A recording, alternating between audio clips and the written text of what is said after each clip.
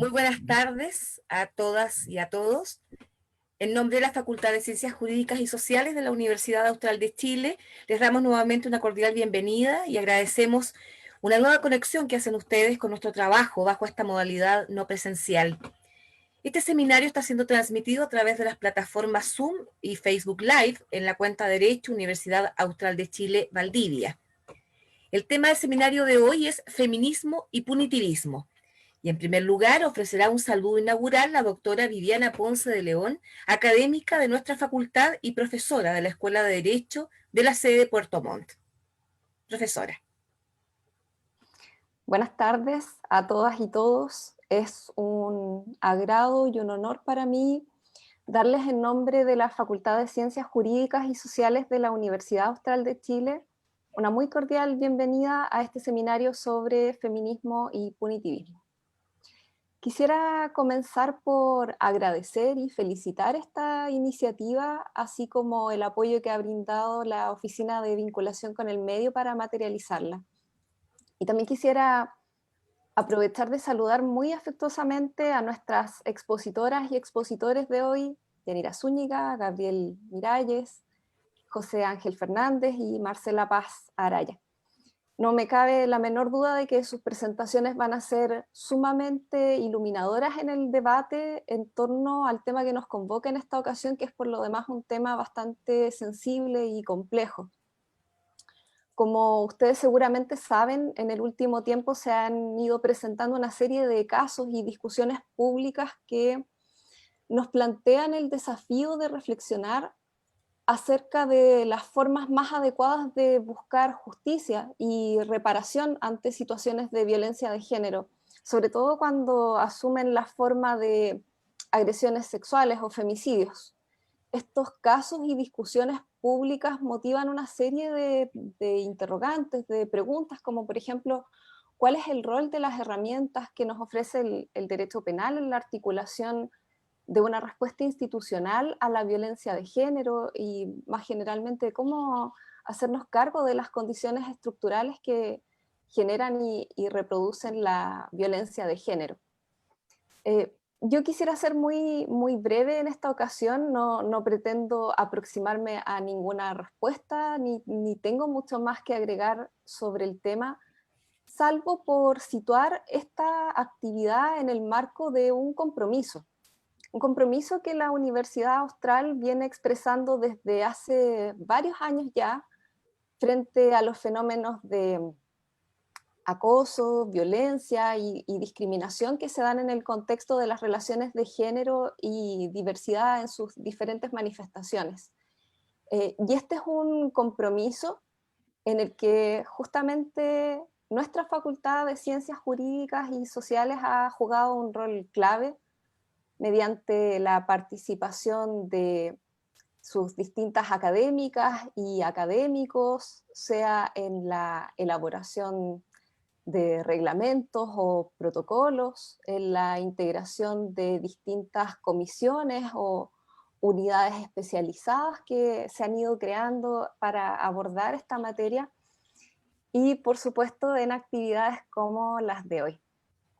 Y en este sentido yo quisiera expresarles mi profundo agradecimiento y, por qué no decirlo, admiración también a quienes exponen en esta ocasión por darse el tiempo para compartir sus ideas y hacernos a todas y todos partícipes de este debate que es tremendamente relevante en la actualidad. Sin más entonces, les reitero mi bienvenida. Estoy segura de que van a tener una conversación sumamente fructífera y esclarecedora esta tarde. Espero que la disfruten. Gracias. Gracias, profesora, por sus palabras, por su saludo. Dejo ahora con ustedes a la doctora Leticia Morales, académica también de esta facultad y también colega de la doctora Ponce de León, ya que también la profesora Morales ejerce en la Escuela de Derecho de la sede de Puerto Montt. Ella presentará y moderará el panel de expositores. Profesora. Muchas gracias. Buenas tardes a todas y a todos.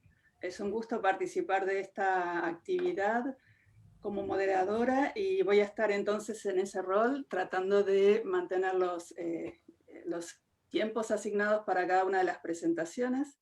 Y entonces voy a proceder a precisamente presentar el primer panel, que va a estar integrado en primer lugar por la presentación de Gabriel Miralles, estudiante del programa de doctorado en Derecho, Convención, Constitucionalismo y Derecho de la Facultad de Ciencias Jurídicas y Sociales de la Universidad Austral de Chile. Y en segundo lugar, en este primer panel va a ser la exposición de la profesora Yanira Zúñiga, académica de la Facultad de Ciencias Jurídicas y Sociales también de la Universidad Austral de Chile. Cada uno y cada una tiene 15 minutos, luego abriremos un turno de 10 minutos para las preguntas que pueden hacernos tanto la plataforma de Zoom como la plataforma del Facebook Live, y a continuación entonces pasaremos al siguiente panel, en el momento que presentaré a los siguientes, entonces, al siguiente y a la siguiente expositora. Muy bien, le dejamos entonces el turno a Gabriel. Bueno, primero voy a poner un temporizador para mantenerme dentro de las líneas temporales. Y bueno, como mencionó la profesora Morales, soy un estudiante del doctorado aquí de la facultad y la verdad es que estoy trabajando en una línea sobre específicamente el concepto de violencia y su evolución dentro del discurso jurídico. Y por lo mismo, en esta ocasión, mi presentación tiene un enfoque quizás poco ortodoxo, en el sentido de que me interesa revisar cómo esta relación entre la violencia de género y el derecho penal o el derecho en general, en relación o desde la perspectiva de las distintas concepciones que existen relativas a la violencia. Mi esperanza en este sentido es que esta revisión, que sin duda va a ser muy superficial, contribuya a iluminar o adelantar algunos de los motivos que subyacen a las dificultades que encuentra el derecho penal como herramienta para el control y erradicación de la violencia de género. Entonces, para adelantar, presentaré de forma muy brevísima un panorama sobre el debate relativo al concepto mismo de violencia, para luego anunciar el componente ideológico o político que subyace a estas distintas concepciones, la conexión que tiene con lo ilegítimo y lo legítimo, mostrando cómo el feminismo participa en este proceso, para, por último, mostrar cómo el derecho se ha influenciado por estas posiciones y qué dificultades derivan de esto para el tratamiento de la violencia de género. Entonces, el primer paso sería entrar derechamente hacia el debate existente en relación al concepto de violencia. Lo primero que hay que decir es que puede parecer extraño para algunos que hay un debate sobre qué significa violencia.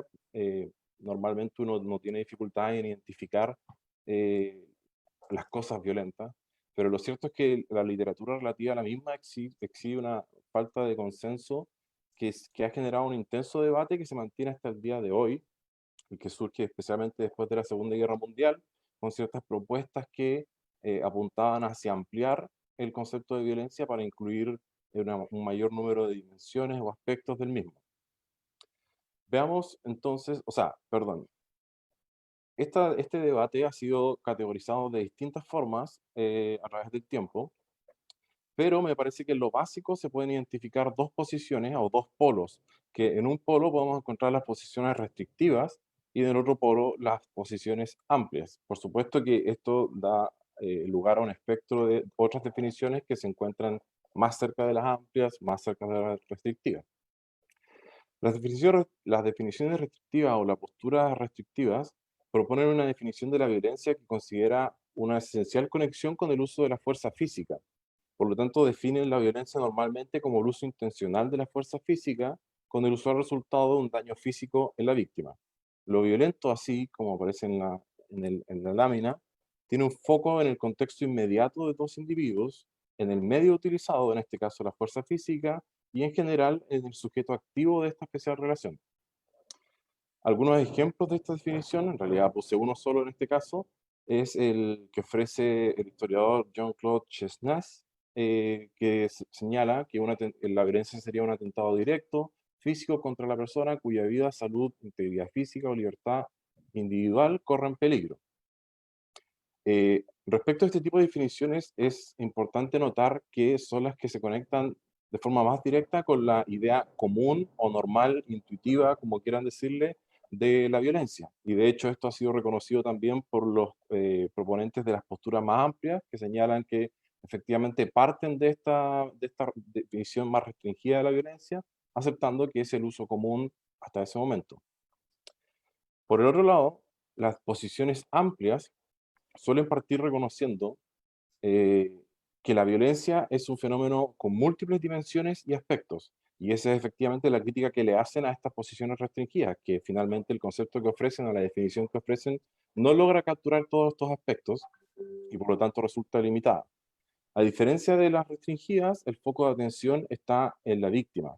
Desde esta posición se centran ya sea en la idea de que la violencia es una violación de los derechos de la víctima o simplemente en el daño sufrido por la víctima más allá de los medios por el cual se produce esta violencia.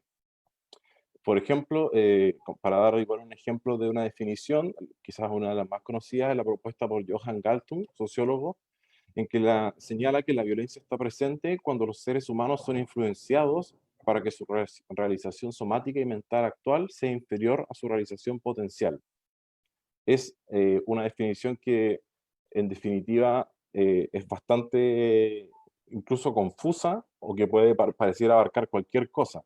Y de hecho Galtung reconoce esto y por lo mismo él señala que en realidad este tipo de posturas más amplias no importa tanto la definición, sino que lo que importa es la comprensión del fenómeno de la violencia como algo multidimensional y con distintas características de cada una de estas dimensiones, además de sus múltiples manifestaciones.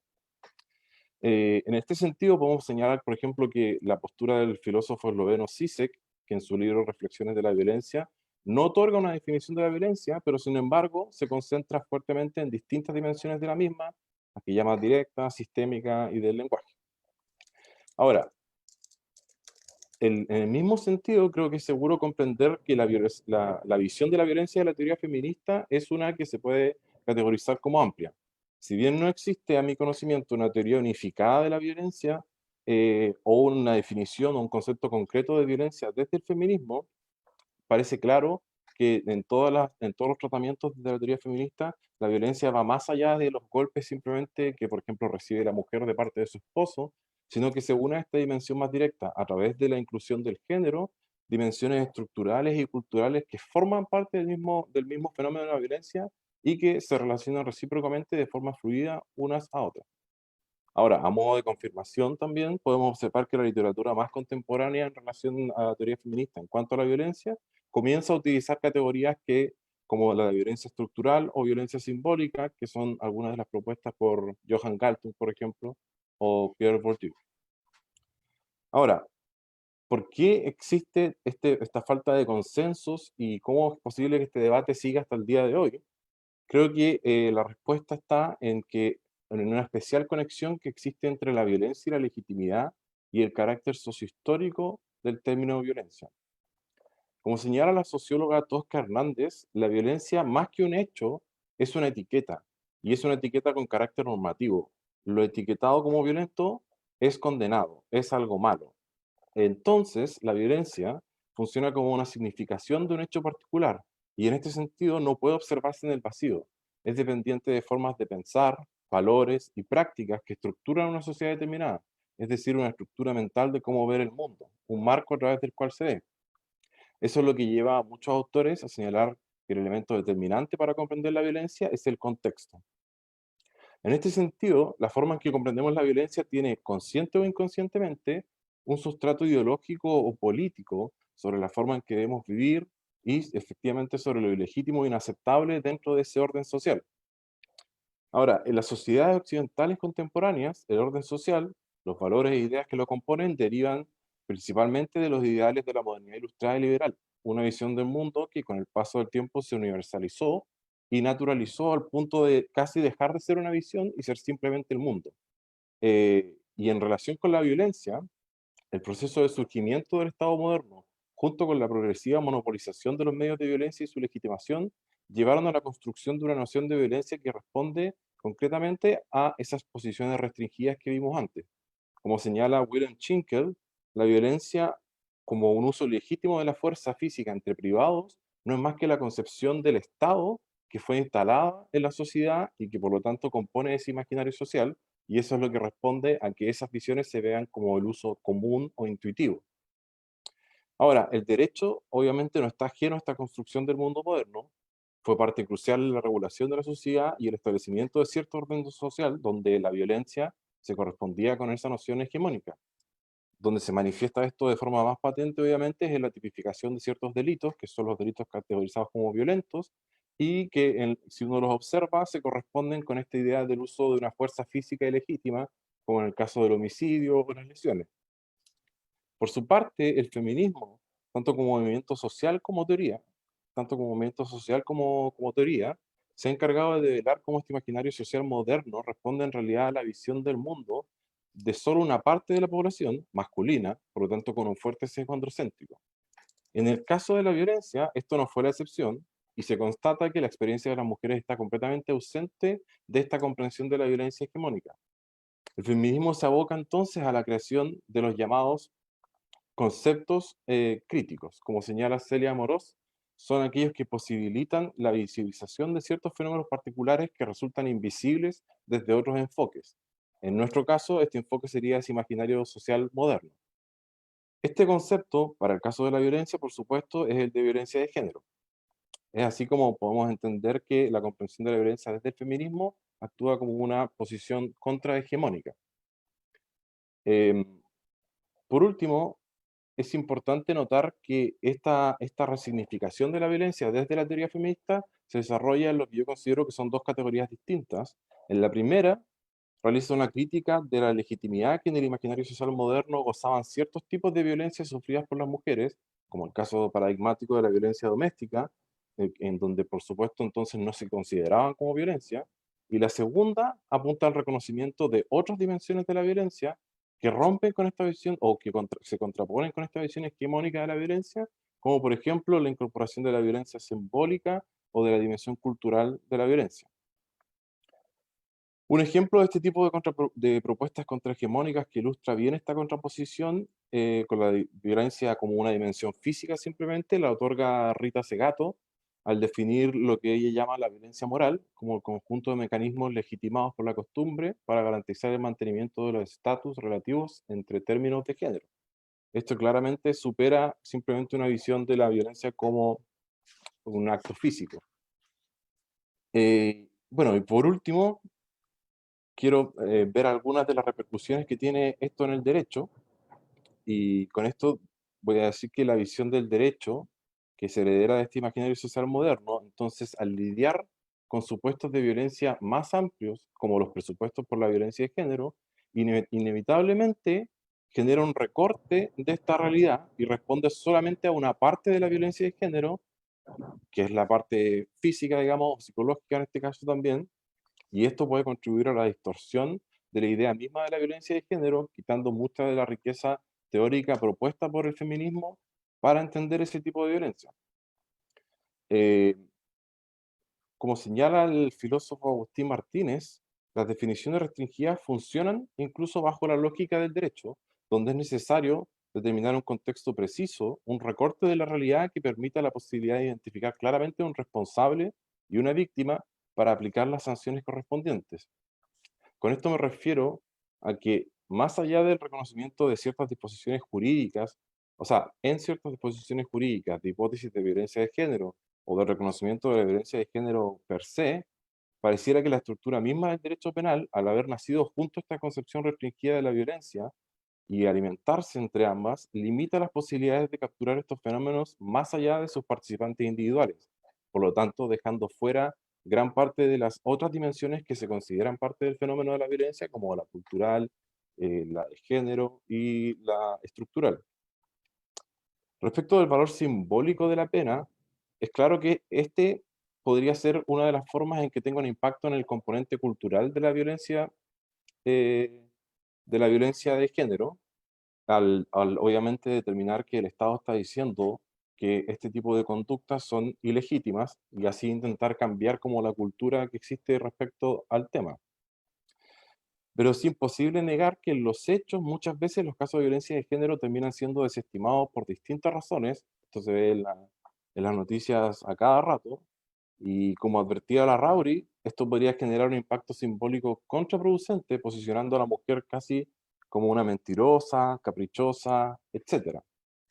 Respecto de este punto, me parece que la concepción de la violencia que opera en este contexto igualmente puede ser relevante, porque si más allá del reconocimiento legal de la violencia de género, los operadores jurídicos, que son quienes finalmente seleccionan, interpretan y aplican las disposiciones legales, mantienen, ya sea consciente o inconscientemente, una concepción restringida, esto podría influenciar en la forma en que valoran los hechos y, en definitiva, determinar el rechazo de una denuncia.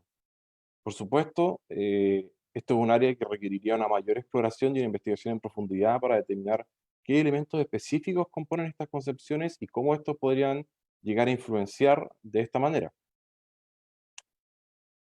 Por último, no está de más señalar que en ningún caso mi intención con esta presentación es señalar que el derecho penal entonces no sirve para nada para la violencia de género. Es obvio que la tipificación de las distintas manifestaciones de tipo de violencia es necesaria, tanto por el mensaje que envía, como también porque simplemente captura, aunque capture una sola dimensión, es específicamente esta dimensión donde precisamente está el sufrimiento más directo de las víctimas, lo que hace que tenga una especial relevancia.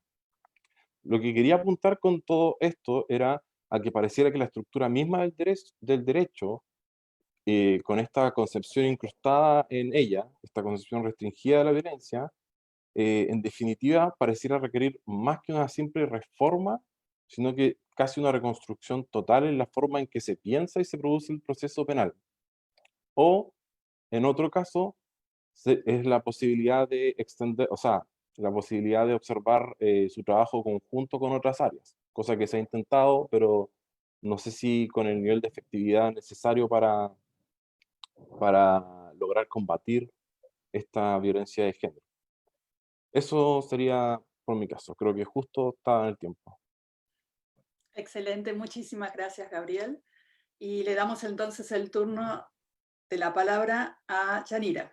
Por favor, Yanira, tu Bien, tiempo.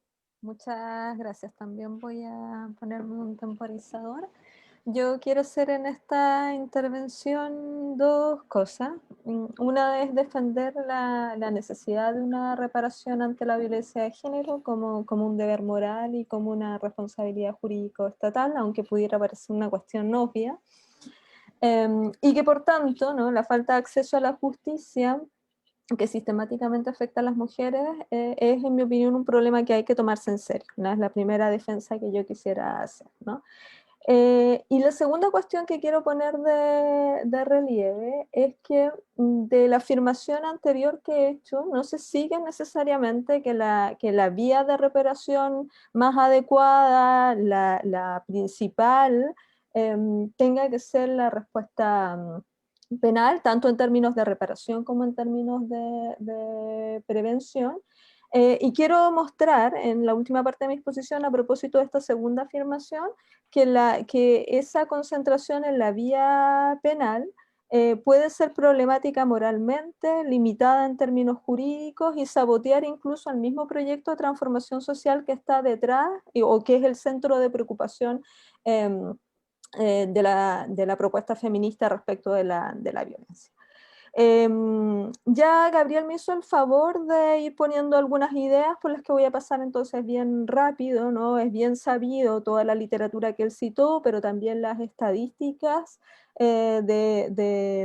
disponibles en los distintos estados también en Chile. De hecho, el Instituto Nacional de Estadísticas tiene unas estadísticas variadas en violencia de género, demuestran que las mujeres sufren un espectro bien amplio de violencias de género, que van desde las formas cruentas a formas menos intensas, materiales, simbólicas, visibles, invisibilizadas, que pueden ser perpetradas directamente o indirectamente por parejas, desconocidos o agentes estatales, ¿no? Entonces, esto es para decir que no estoy hablando, cuando hablo de la violencia de género, solo de la violencia intrafamiliar, que es una de las expresiones probablemente las más visibles, pero no es necesariamente la única.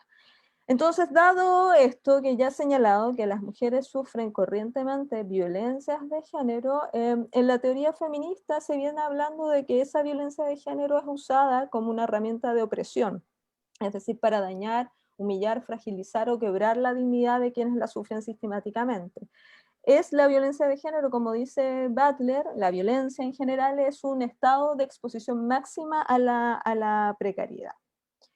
Desde el punto de vista jurídico, como ya decía Gabriel, las normas jurídicas en general han enmudecido ante la violencia que sufren las mujeres. Hasta hace unas pocas décadas atrás prácticamente había muy pocas reglas en los sistemas jurídicos. Eso ha venido cambiando en las últimas décadas, particularmente en América Latina. Han proliferado los estatutos jurídicos que regulan la violencia, particularmente en sede penal. Pero como advierte la profesora jurista estadounidense Rivas Siegel, el aumento de los estatutos contra la violencia no se ha traducido necesariamente en una caída de las cifras de violencia, eso es bastante evidente, sino más bien en lo que ella llama un fenómeno de preservación a través de la transformación. Es decir, un proceso por el cual las normas jurídicas actúan como una retórica que sin embargo permite dejar intactas las estructuras que producen la violencia, es decir, crea una ilusión de que se está luchando contra esta, pero no necesariamente eso está ocurriendo en la práctica. Y cuando ella dice que se quedan intactas estas estructuras, podemos pensar que esas estructuras que quedan intactas se refieren tanto a las estructuras del mismo sistema jurídico que facilitan la presencia de la violencia, a las que hasta cierto punto también se refirió Gabriel hace unos minutos, como a las estructuras sociales que son el sustrato de esa violencia en términos amplios. Un buen ejemplo lo ofrece la regulación de la violencia intrafamiliar. Si nos fijamos bien, las políticas públicas contra la violencia intrafamiliar, y lo hemos visto durante esta pandemia, han concentrado sus esfuerzos en aumentar las tasas de denuncia. Se llama a las mujeres a denunciar como si la denuncia fuera en sí mismo un objetivo. Y no se concentran, en cambio, en remover los obstáculos que el proceso penal establece para que esas denuncias prosperen, entre otras las reglas de discrecionalidad de la persecución penal, el estándar probatorio, al que supongo que se va a referir también Marcela, la presencia de estereotipos de género, la alta tasa de revictimización, entre las trabas más evidentes. En Estados Unidos, por ejemplo, está ampliamente documentado que el recurso al sistema penal puede comportar incluso un riesgo de criminalización para las denunciantes. Esto lo estamos empezando a ver también en Chile. Ahora uno podría preguntarse, bueno, y si no tengo el derecho penal como vía de reparación, ¿qué me queda? Habitualmente en el plano jurídico diríamos, bueno, el derecho no penal, que es el civil en el sentido amplio. Resulta que en Estados Unidos, si vemos también los estudios en esta materia, vemos que las medidas alternativas, el uso o tasa de éxitos de acciones por indemnización de perjuicios en casos de violencia intrafamiliar o de degradación sexual son extraordinariamente bajas, ya sea que se demande directamente a los perpetradores de esa violencia o a terceros, por ejemplo, empresas o universidades en el caso de acoso sexual. La reparación en estos casos se ve obstaculizada por una variedad de doctrinas y exigencias jurídicas. Este es el recorte también al que hacía referencia Gabriel, desde la invocación de la necesidad de privilegiar la armonía matrimonial, la protección de la privacidad conyugal, la prevención del fraude, la necesidad de evitar que los tribunales se transformen en árbitros de disputas familiares, o que resuelvan problemas que son considerados como no jurídicos, como los problemas de pareja, etcétera, etcétera. Incluso se ha dicho en Estados Unidos que los policías no están obligados a prevenir la violencia de género para contrarrestar entonces demandas de indemnización de perjuicios por no haber atendido denuncias de violencia de género. Entonces, viendo este panorama, es fácil comprender por qué la experiencia femenina ante la violencia de género, el tratamiento jurídico de la violencia de género, puede resumirse como una especie de desesperanza aprendida. Es decir, sin expectativas de protección jurídica concreta y de reparación adecuada. Todo ello alimenta el miedo, la frustración y la ira colectiva. Cada nuevo hecho de violencia mediatizado produce una indignación colectiva. Hay que hacer algo al respecto. Alguien debe pagar por esa promesa de seguridad fallida, recurrentemente incumplida. a menudo no nos interrogamos por el lugar de esas emociones, me estoy refiriendo a la ira, el miedo, esa desesperanza, en nuestras respuestas jurídico-políticas. Y yo quiero poner la atención sobre ellas, porque cuando no lo hacemos, las degradamos al terreno de lo irracional, ese terreno del que las mujeres nos ha costado tanto salir, ¿no? Por eso creo que es importante dignificar esa experiencia, ¿no? La experiencia de la frustración, la experiencia de la desesperanza. Muchas de las críticas al punitivismo feminista parecen simplemente no tomar en cuenta esa experiencia, como si fuera algo secundario, de lo que se puede prescindir fácilmente. Por eso me parece más adecuado, ¿no? Si uno busca una órbita de críticas, que es lo que quiero explorar en esta segunda parte de mi exposición, a ese punitivismo, rescatar algunas que provienen de las teorías feministas, de algunas teóricas que tienen sobradas credenciales en materia de compromiso con los derechos de las mujeres y la justicia de género. Por lo tanto, es obvio que están preocupadas también por proteger a las mujeres del flagelo de la violencia.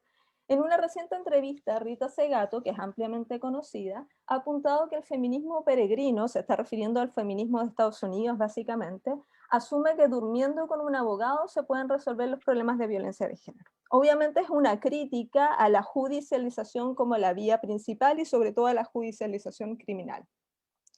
Ella alerta contra los efectos nocivos de la estrategia de contraviolencia, es decir, una respuesta de las mujeres a la violencia que sufren por medio de estrategias de violencia, ¿no? De hecho, habla directamente de los linchamientos, ¿no? Que serían en algún sentido nuestras funas, y los distingue Segato de los scratches, que eran las estrategias que se utilizaban contra los violadores de derechos humanos que habían quedado impunes, es decir, hace una distinción entre esas dos manifestaciones. La problematización que hace Segato creo que puede extenderse también a las preocupaciones que estamos discutiendo en este seminario, es decir, al llamado punitivismo. Este fenómeno, el punitivismo, tiene varias definiciones, pero tiene su núcleo duro en un modelo centrado en el encarcelamiento, la incapacitación del delincuente, su inocuización y la seguridad de la sociedad. Sin complejizar su tratamiento, porque no tenemos tiempo para ello, este modelo en general no se preocupa por las cuestiones de la resocialización ni la prevención, ¿no? Ni de los delitos, ni mucho menos tampoco de la violencia. ¿Debiésemos preocuparnos las feministas por estas cuestiones? ¿Debiera importarnos cuál es el mejor modelo de protección de las mujeres ante la violencia o debiéramos contentarnos simplemente con la multiplicación de las condenas? En mi opinión es necesario plantearse esas preguntas y yo quiero esbozar aquí algunas respuestas preliminares. Por supuesto, ya adelanté, ¿no? Y quiero insistir sobre eso, creo que no hay razones que justifiquen desde el punto de vista de las obligaciones y configuración de los sistemas punitivos actuales aplicar estándares más rigurosos a los delitos de violencia de género que a otros delitos. Es decir, nada justifica que pese sobre los hombros de las mujeres la falla de las sociedades en evitar que se produzca la violencia. Más concretamente, no estamos ni moral ni jurídicamente obligadas a poner la otra mejilla. Esto es a no denunciar, a no reclamar protección, a no plantear demandas por casos de acoso. Pero otra cosa, creo yo, es reflexionar sobre si tiene sentido, moral y políticamente hablando, sumarse a los requerimientos de endurecimiento de normas penales que suelen ser parte de las agendas conservadoras. Aunque no son la mayoría, ¿no? En esto, digamos, no es la propuesta dominante dentro del feminismo, hay importantes feministas que se vienen planteando que esta no es la mejor opción. Una de ellas es Judith Butler. Judith Butler pone de relieve el efecto de dilución de la dimensión estructural de la violencia de género en esas estrategias que se concentran únicamente en buscar responsabilidades individuales. Por supuesto, ella toma nota que hay responsables individuales, esas personas no fueron engañados, dicen, y son mecanismos impersonales de fuerza social, sino agentes con cierta responsabilidad. Pero concentrarse en la responsabilidad individual hace perder de vista cómo se produce esa violencia, es decir, ella habla de qué tipo de mundo le da forma a tales sujetos, ¿no? Y esa es una cuestión que me parece muy importante. Dos ideas muy finales en estos 3 últimos minutos. Otra autora que ha trabajado sobre estas cuestiones, no directamente, es decir, no es que hable del punitivismo, es Martha Nussbaum, de un feminismo más bien de tipo liberal. En un texto bien interesante, reciente, que se llama La ira, el perdón, resentimiento, generosidad, justicia, distingue distintos tipos de ira, ¿no? Ella entiende por ira una injusticia importante dirigida a una persona o cosa que nos preocupa profundamente. Y entiende que esa ira es una omisión profundamente humana. La cuestión que le preocupa a Nussbaum es que podemos permanecer en esa ira o podemos trascender a esa ira, ¿no? Entonces ella hace unas distinciones y habla de la ira de transición cuando logramos trascender esa ira, ¿no?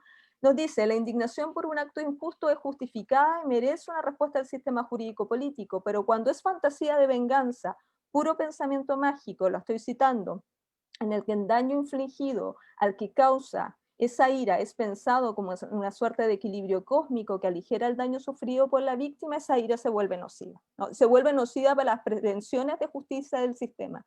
Su objeto es puramente deshumanizar al otro, como en el encarcelamiento de las condiciones actuales, ¿no? O sea, cuando pensamos que la única respuesta para los hombres que producen violencia es, en algún sentido, dejarlos privados de libertad permanentemente el mayor tiempo posible en esas condiciones infrahumanas de las cárceles, producimos lo que Nussbaum llamaría esa ira, ¿no? Que se mantiene en ese estado de ira, que produce venganza, degradación y estancamiento. ¿Se puede o no estar de acuerdo en Nussbaum? De hecho, Nussbaum ha sido acusada de ser demasiado naif, ¿no?, en su tratamiento de la violencia. Pero lo interesante de su propuesta, creo yo, es que nos obliga a revisar el lugar de las emociones en los procesos políticos y sociales. Y esto es especialmente útil para afrontar el populismo penal. El populismo penal es un caso paradigmático en que la ira social se transforma en un sentimiento de venganza y se instrumentaliza para proveer dividendos electorales a los políticos profesionales, ¿no? Lo hemos visto recientemente a propósito de la acusación constitucional contra la ministra Silvana Donoso. No sé si han leído el texto, se los recomiendo. Pero en ese texto de la acusación constitucional se le atribuye a ella, casi como si hubiera una relación causal directa, obvia, el asesinato de Ámbar Cornejo, que es un caso mediático a los que hacía referencia, al haber participado, como se sabe, ella en una decisión colegiada de un órgano que dejó en libertad condicional a su asesino. Lo paradójico es que esa ira instrumentalizada políticamente buscaba desposeer a una mujer de un cargo de relevancia pública, a una jueza de una corte de apelaciones, para reparar socialmente la ira por la violencia sufrida por una adolescente. Las mujeres perdíamos en cualquiera de esas ecuaciones, siempre perdíamos. Con esto voy cerrando. ¿Es la cárcel la única necesaria y mejor forma de reparación? Según Rita Segato, la violencia de género es el resultado de una asimetría de estatus. Opera como castigo, corrección o venganza contra una mujer que se salió a ojos del varón que la reprime, ¿no?, del lugar que le corresponde, de esa posición de subordinación. Ese varón lee esa insubordinación como, estoy terminando, Leticia, como una afrenta personal, un mancillamiento de su masculinidad que le provoca ira. La violencia es entonces, como dice Segato, una reacción, es un mandato de masculinidad. Como observa la misma Segato, que ha realizado incluso entrevistas a violadores, violadores en la hipótesis de violación cruenta, o sea, la violación producida por un desconocido. En esas entrevistas, que son parte de un trabajo de campo que da origen a su libro de los elementos o las estructuras de la violencia, ella advierte, y con esto termino, que la estructura de género reaparece como estructura de poder también en la cárcel, ¿no? Pensar con la cárcel como la forma por excelencia de respuesta a la violencia solo conduce a reproducir y amplificar recurrentemente ese círculo. Nada en la cárcel desarraiga el mandato de género. Pensemos que las violaciones en la cárcel son también violaciones correctivas, es decir, es el uso, ¿no?, de ciertos cuerpos para corregir a otros cuerpos. Por eso apostar por la cárcel como la única estrategia, ¿no?, y con una escalada de criminalización no parece ser compatible con la transformación del sistema que produce esa violencia. Deja intocada todas esas otras dimensiones, ¿no?, que son parte de la violencia. El caso de la ministra Donoso, con esto cierro, lo refleja bien. Si la acusación constitucional hubiera prosperado, se hubiera entendido satisfecha esa ira solo con la destitución de la ministra, sin cambiar para nada el sistema de reproducción de la violencia que causa la vulnerabilidad social de Ámbar y otras tantas adolescentes. Bien, muchas gracias. Muchas gracias, Yanira. Tanto Gabriel como Yanira hacen irrelevante mi rol de moderadora porque ejercen a sí mismos su control del tiempo, así que estupendo. Y también muchas gracias por las maravillosas presentaciones que han abierto un montón de preguntas en la audiencia, así que voy a seleccionar 2 para cada uno para poder desarrollar las respuestas en el plazo que tenemos de 10 minutos. Entonces va a tener 5 minutos Gabriel y luego 5 minutos Janita. Para Gabriel, entonces, las primeras 2 preguntas. Una es de Ivancito, que hace la pregunta en Facebook. Pregunta, entonces, ¿cómo coordinar la posición más bien restrictiva de violencia del derecho penal y la posición amplia que sobre ella sigue Cernamec? Es decir, violencia física, psicológica, sexual y económica. Y la otra pregunta es de Carolina, que la formula en Zoom, y dice que más bien ella quiere saber cómo aborda o cómo debería abordar el derecho la violencia y las agresiones cibernéticas. Ok. Bueno, respecto a la primera pregunta, me parece que la pregunta era como cómo se podría coordinar estas dos cosas. Y me parece que efectivamente el hecho que el Cernamec reconozca distintas manifestaciones de violencia, finalmente es como lo mismo que ya adelantaba, en el sentido de que definitivamente las disposiciones jurídicas abarcan una serie de manifestaciones de violencia que no parecen, claro, limitarse al aspecto físico. Y en ese sentido, de todas formas, son un avance, pero finalmente, en la aplicación dentro del derecho penal, terminan igualmente siendo restringidas en el sentido de no considerar o de establecer como este contexto cerrado de, por ejemplo, el hombre abusó psicológicamente de la mujer en esta familia, en este contexto, y aún así, aunque se reconocen muchos otros tipos de violencia, ninguno de estos tipos de violencia atacan estas dimensiones culturales o estructurales de la violencia, porque, bueno, porque simplemente, según estoy postulando aquí, simplemente no tienen una estructura que esté destinada o diseñada con ese fin. Por lo que, claro, puede haber sido que quizás presentar la definición restringida como basada exclusivamente en lo físico haya sido un poco engañoso. Aunque, claro, se pueden reconocer otras manifestaciones, pero el punto es que sigue dentro de un contexto cerrado, individual, y no se ven las repercusiones ni los elementos más allá de ese contexto cerrado. Espero con eso haber dado respuesta. Y lo otro respecto de la violencia cibernética, eh, bueno, habría que primero definir qué estamos entendiendo por violencia en ese contexto, pero me imagino que se refiere en un sentido como estilo bullying o agresiones psicológicas dentro de redes sociales, etcétera. Y en ese sentido creo que no habría, o sea, por lo menos desde lo que presenté, creo que no habría un problema demasiado grave en considerar esas situaciones derechamente como, si tiene la gravedad suficiente, a través del derecho penal, ya que cumplen, digamos, con esta estructura que presenté, ya que puede identificarse un individuo responsable, una víctima y el contexto en que sucedió. De hecho, quizás incluso con mayor precisión, ya que hay registros electrónicos, etcétera. Ahora, es cierto que es una dimensión de la violencia que muchas veces no se considera, pero si llegamos a postularla como un tipo de violencia psicológica, que tiene todo sentido, en mi opinión, creo que el derecho penal podría actuar fácilmente frente a esos casos, con la coordinación de la PDI y todo lo que tiene que llevar en la investigación cibernética, obviamente. Muchas gracias, Gabriel. Son preguntas que dan para mucha discusión, así que agradezco la precisión en las respuestas. Y entonces para Yanira también hay unas cuantas preguntas, pero vamos a tener que seleccionar algunas. De parte de Brando Madrid, en la plataforma Zoom, pregunta si considera la existencia de precariedad legislativa en razón al feminismo, tomando en cuenta las medidas de reparación a la víctima. Esto señala que lo pregunta o lo formula a partir de la base que en marzo de 2020 fue publicada la ley 21.212 y que esto sería un avance. Y la segunda pregunta de Alondra Benavides También para Yanira, dice si cree que la protección de la mujer contra todo tipo de violencia debiese llegar a tener un rango constitucional para que se logre realizar cambios.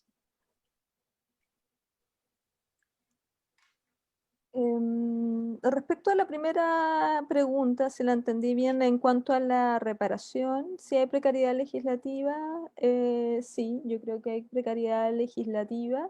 Y esto tiene que ver, creo, también con que la respuesta en Chile, y supongo que por buenas razones, ¿no?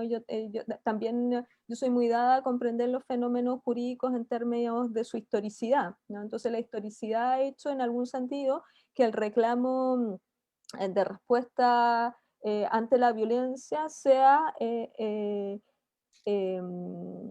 calificarla como una grave afectación de derechos, y en ese sentido, y esto tiene que ver con la segunda pregunta, y en ese sentido la elección de la norma punitiva tiene ventajas simbólicas, ¿no? Es el derecho penal el que nos dice cuáles son las infracciones de la vida social, entonces cualquier cosa que quede fuera del derecho penal es en algún sentido jerarquizada como menos importante, pero de eso no equivale, y vuelvo a la pregunta sobre la reparación, a que todo el modelo de reparación esté concentrado en el castigo como forma de reparación, ¿no? Y esto tiene que ver con la manera de comprender la reparación como una suerte de responsabilidad individual. Es posible pensar sistemas de reparación aun cuando se construyan en el marco de procesos penales que pudieran incorporar otro tipo de estrategias, por ejemplo, estrategias de reconocimiento de la dependencia económica como un factor coadyuvante para la violencia, ¿no? Y entonces que el Estado indemnice a las víctimas y el Estado asuma entonces como en un sistema de prestaciones económicas que tiene una responsabilidad.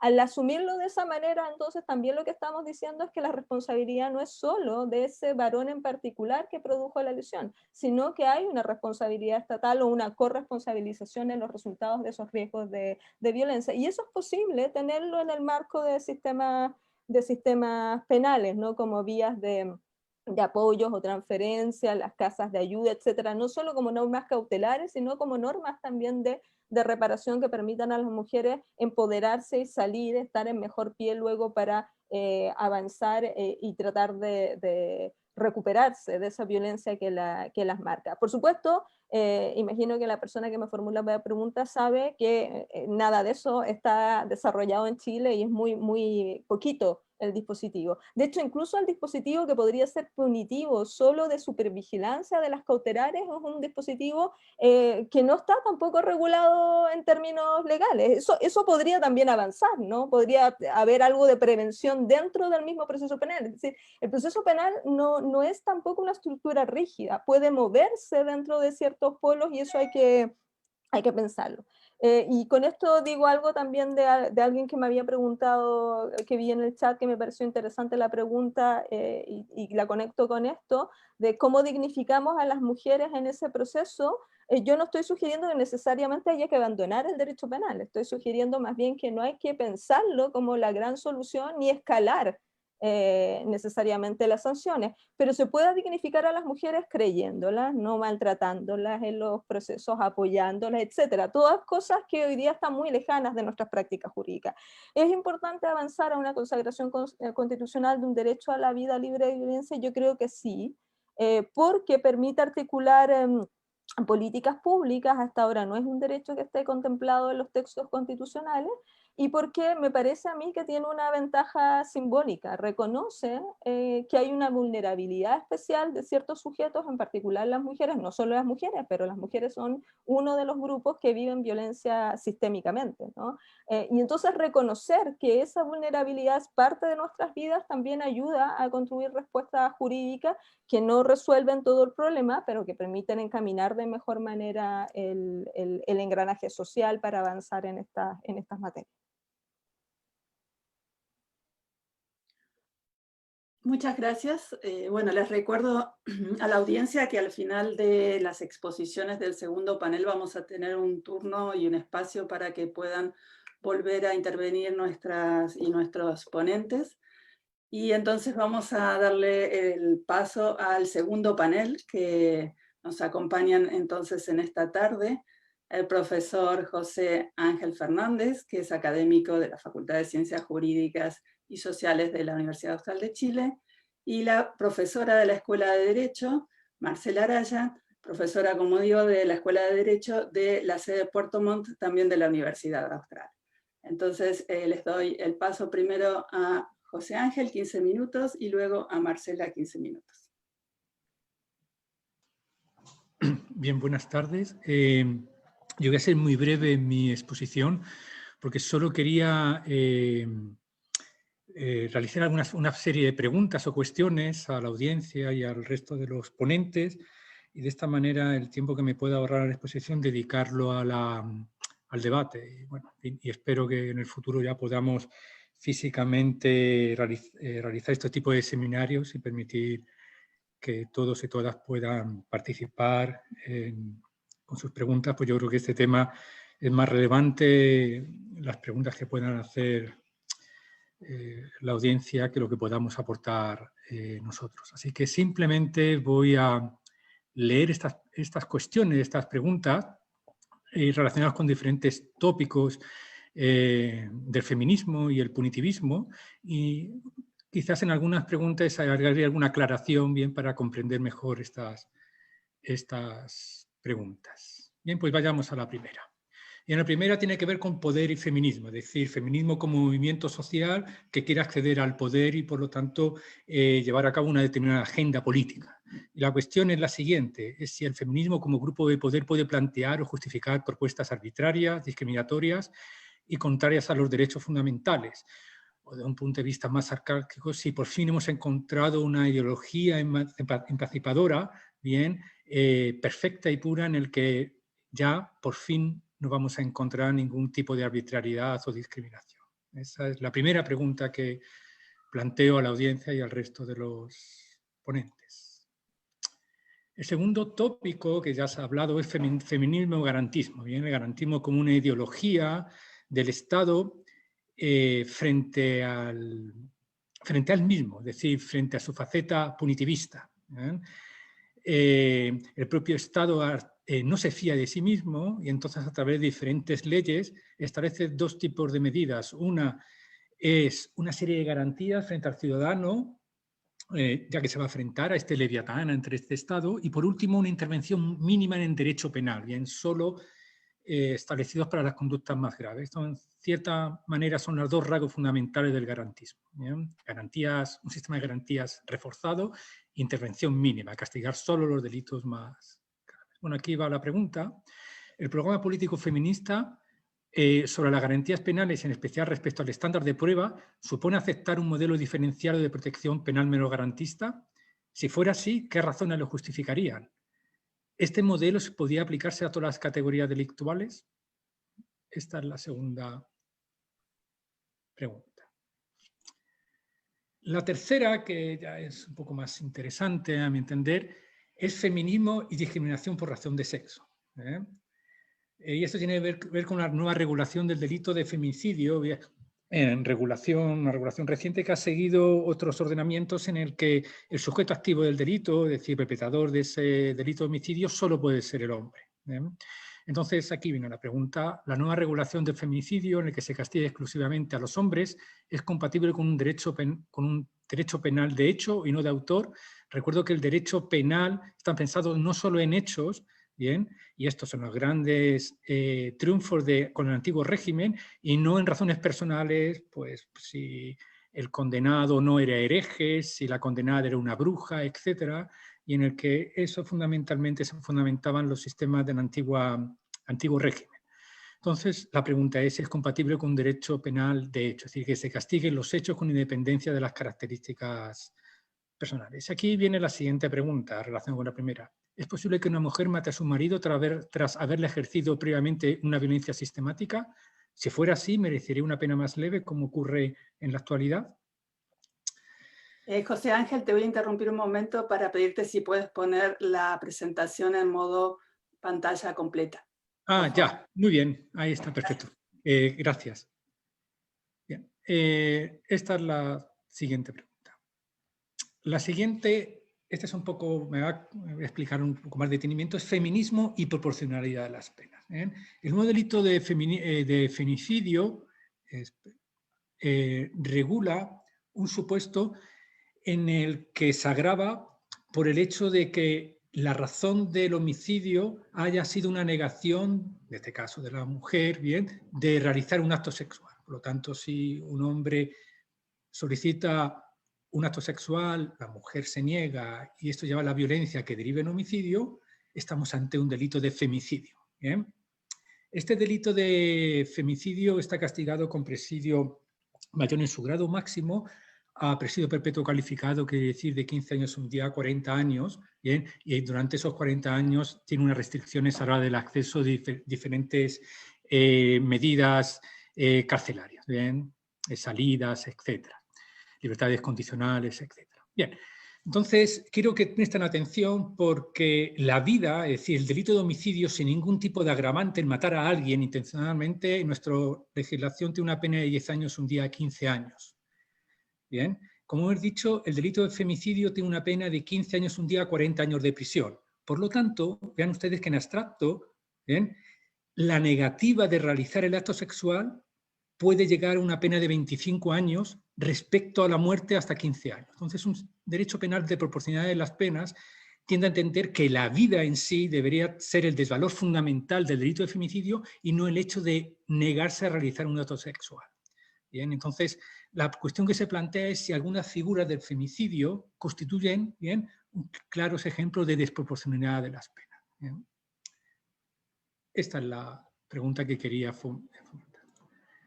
La siguiente, feminismo y fines de la pena. Bien, ¿para qué sirve la pena? ¿Cuáles son las finalidades de esta?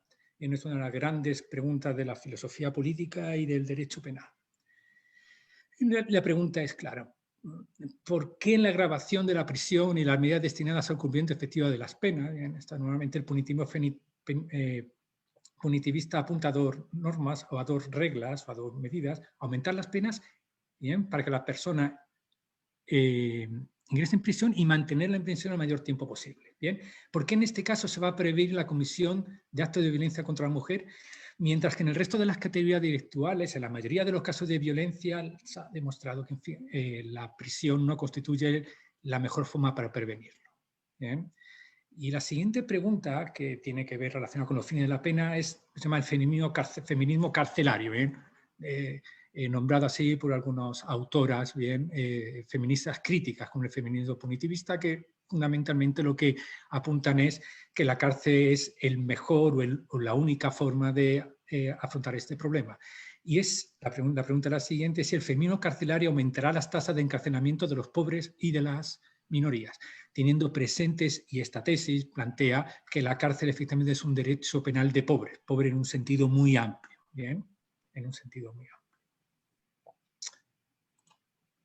Bien, la siguiente es feminismo y populismo penal. Bien, medios de comunicación, redes sociales, noticias, etc.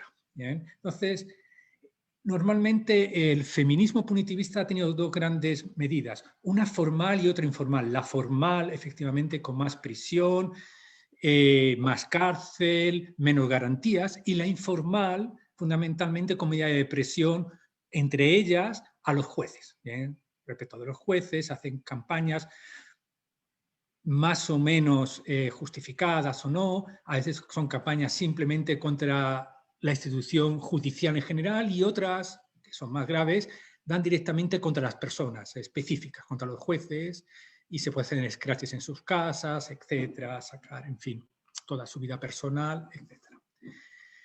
Y entonces la cuestión es que normalmente el feminismo punitivista ha utilizado esta herramienta informal y la pregunta es cuándo los juicios mediáticos, la presión y campaña contra los jueces se encuentra justificada. Y aquí viene la siguiente pregunta relacionada con la anterior, en un caso más concreto de la situación chilena.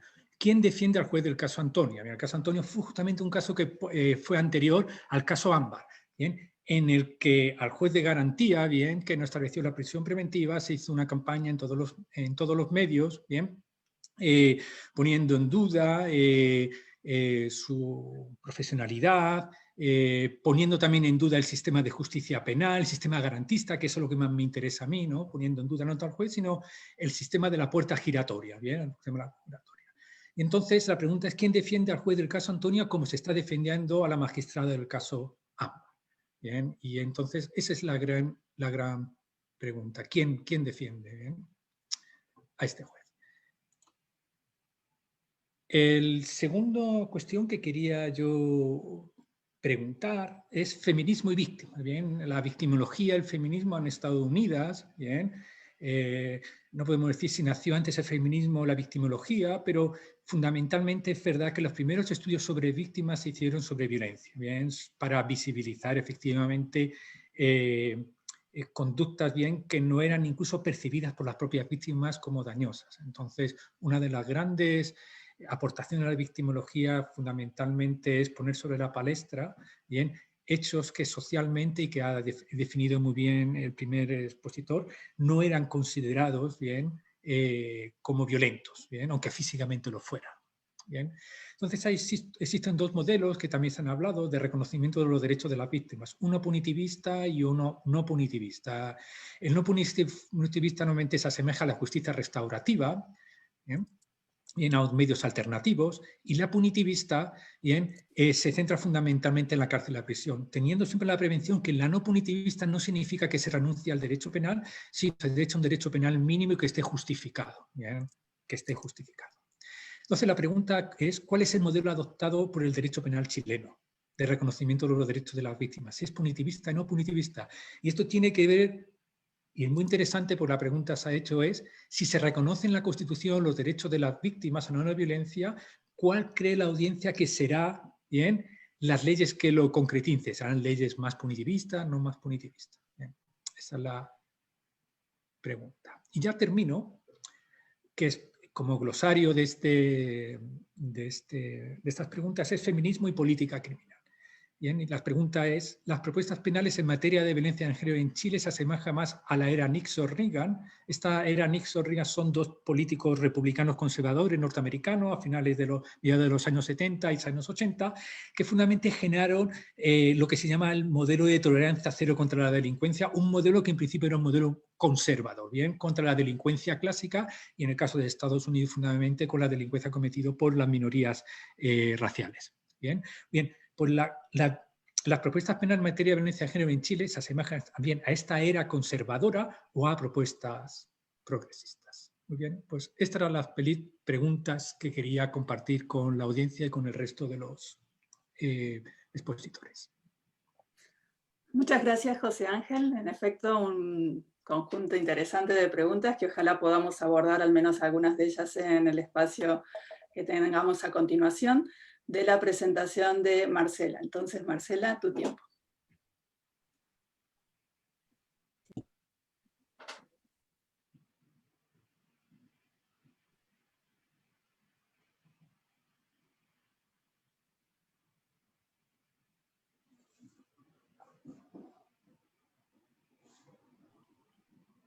Tenemos que habilitar el micrófono para Marcela, por favor.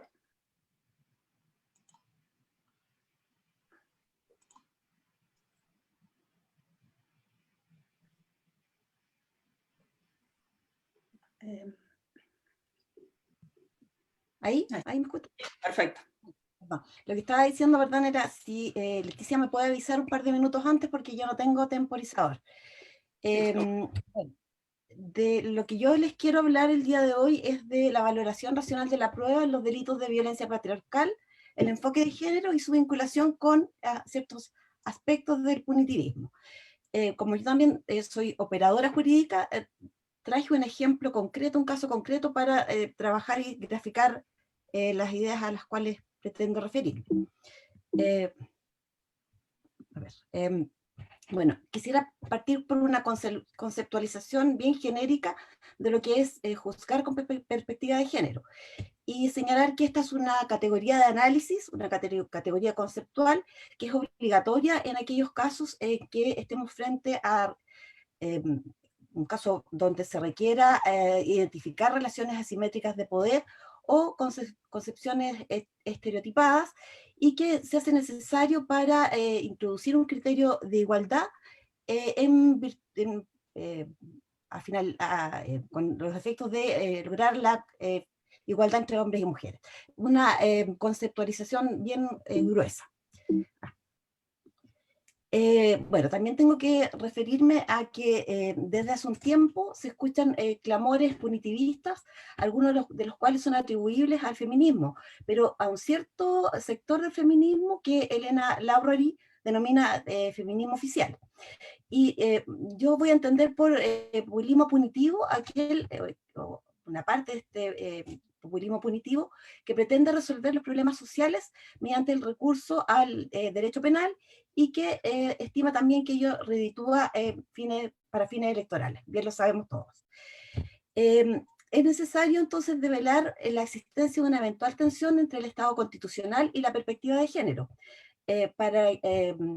Perspectiva de género para que algunos estiman que pretenden mascarar enfoques punitivistas, que implica su aplicación, el de la perspectiva de género, el socavamiento de las garantías del Estado constitucional.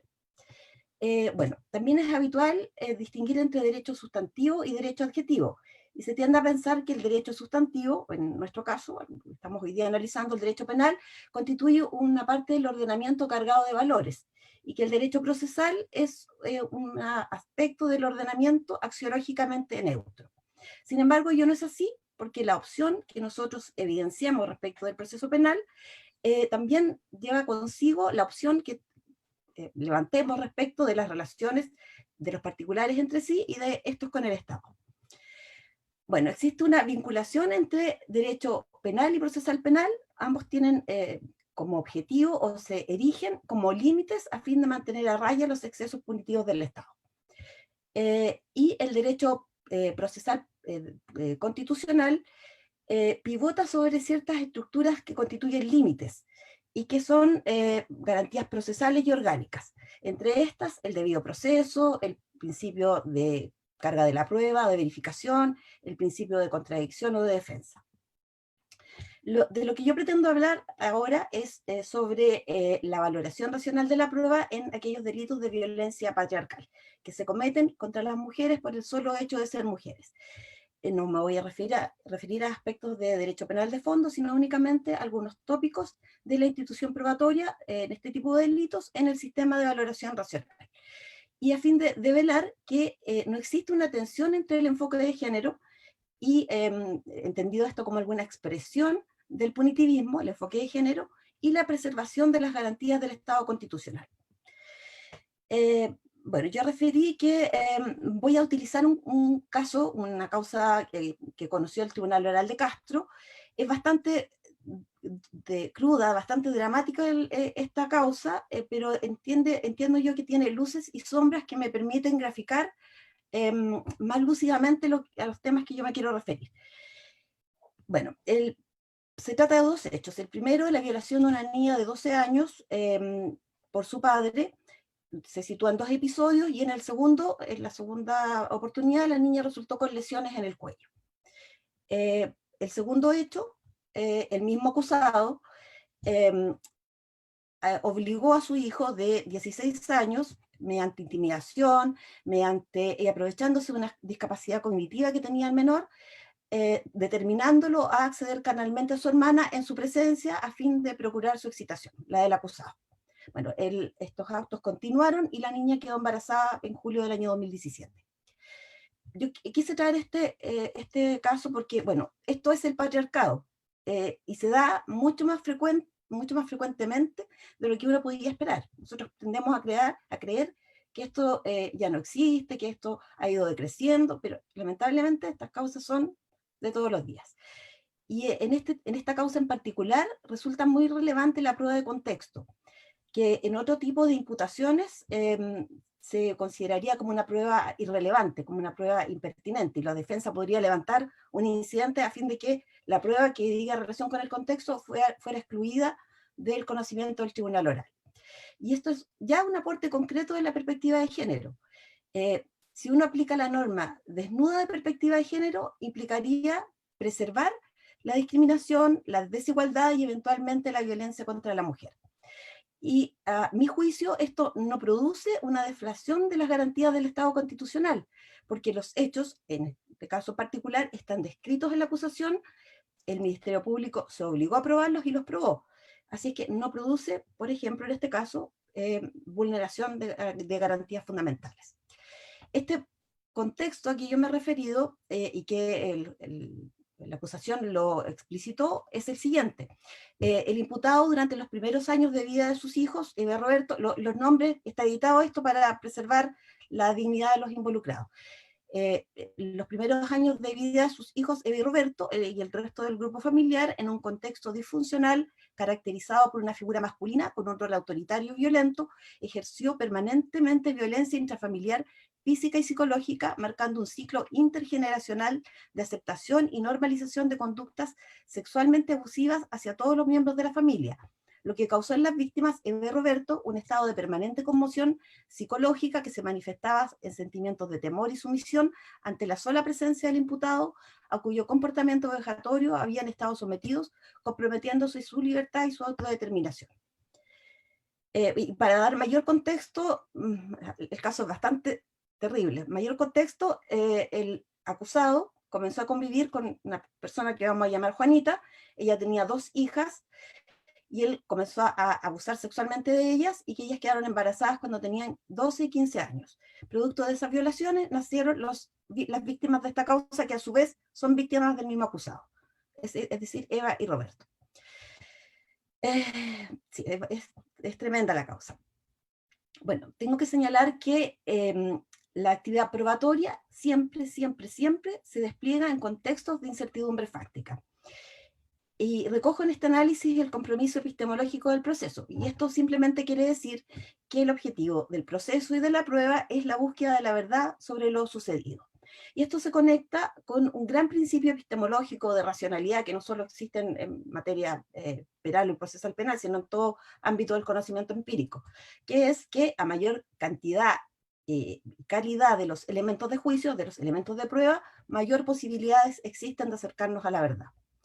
Sin embargo, este principio se estrella contra el muro de la realidad en la mayoría de los casos de violencia de género, porque estos delitos de violencia de género se despliegan en contextos que tienen ciertas particularidades, que en definitiva hacen que la prueba que se pueda obtener sea escasa, bastante pobre es el conjunto de elementos de juicio. Por ejemplo, contextos de sumisión, sentimientos de ambivalencia en la víctima y testigo. Ocurrió en este caso. El menor, Roberto, prestó una declaración y después se retractó. Relaciones afectivas que se producen en espacios de intimidad. Alguien lo dijo en las exposiciones anteriores, de normalización, en que las víctimas y los testigos inmediatos no se percatan que están siendo objeto de hechos delictuales, los normalizan, los invisibilizan. Bueno, voy a, por razones de tiempo, referirme a ciertos aspectos de los 3 momentos en que puede ser dividida la actividad probatoria en este sistema racional.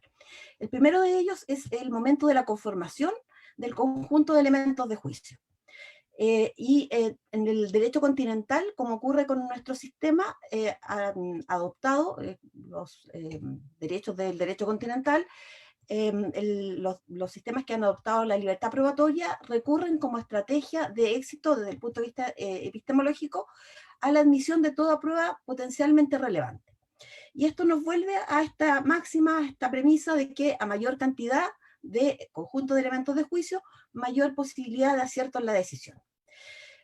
Por esto, el primer momento de la actividad probatoria es de la mayor relevancia, y acá incluso la doctrina estima que la perspectiva de género puede aportar mayor rendimiento, porque la violencia, también lo dijeron, no solo son actos puntuales, delimitados, sino que se despliega en un continuo, como la violencia está en el ambiente, y esto se desarrolla en el tiempo y tiene distintas formas, sexual, violencia psicológica, económica, simbólica, y no todas ellas tipificadas penalmente.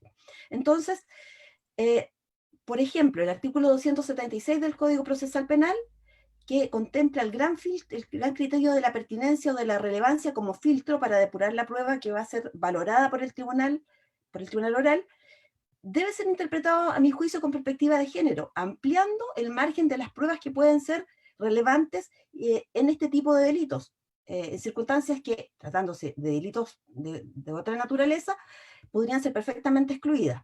Y ello no conculca, no socava garantías constitucionales del derecho penal o procesal penal democrático. Bueno, yo dije que este caso tenía luces y sombras.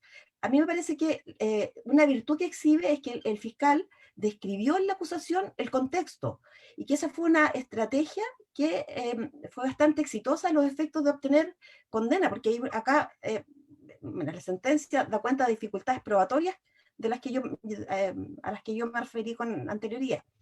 Pero desde la perspectiva penal, y no voy a hacer mayor énfasis en esto porque no tengo tiempo y son aspectos penales, no se consideró a Eva como víctima del segundo delito.